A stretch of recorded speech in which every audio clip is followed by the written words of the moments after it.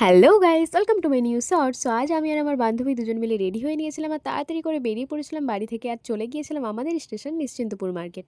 আর সেখানেই বেশ কিছুক্ষণ অপেক্ষা করেছিলাম আর তারপর চলে এসেছিল ট্রেন আর আমরা দুজন মিলে উঠে পড়েছিলাম ট্রেনে উঠেই তাড়াতাড়ি একটা সিট খুঁজে নিয়ে বসে পড়েছিলাম জানলার ধারে আর দুজনে মিলে চলে গিয়েছিলাম আমাদের গন্তব্য স্টেশন কাকদ্বীপ।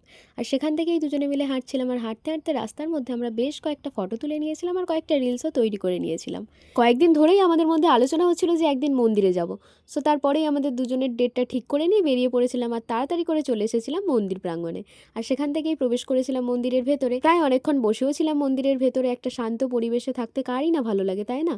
তো তারপরেই মাকে দর্শন করেছিলাম আর তারপর পুজো দিয়ে নিয়েছিলাম আর পুজো দিয়ে বেরিয়ে পড়েছিলাম মন্দিরের বাইরে। মন্দিরে পুজো দেওয়া হয়ে যাওয়ার পর আমরা দুজনে খেয়ে নিয়েছিলাম কিছু আর তারপরেই আমরা দুজনে মিলে ঠিক করেছিলাম যে কাছাকাছি একটা মল থেকে ঘুরে আসা যাক। সো তারপরেই আমরা দুজনে মিলে চলে এসেছিলাম মলে। আর এসে দেখলাম মলে বেশ ভালো ভালোই কালেকশন ছিল।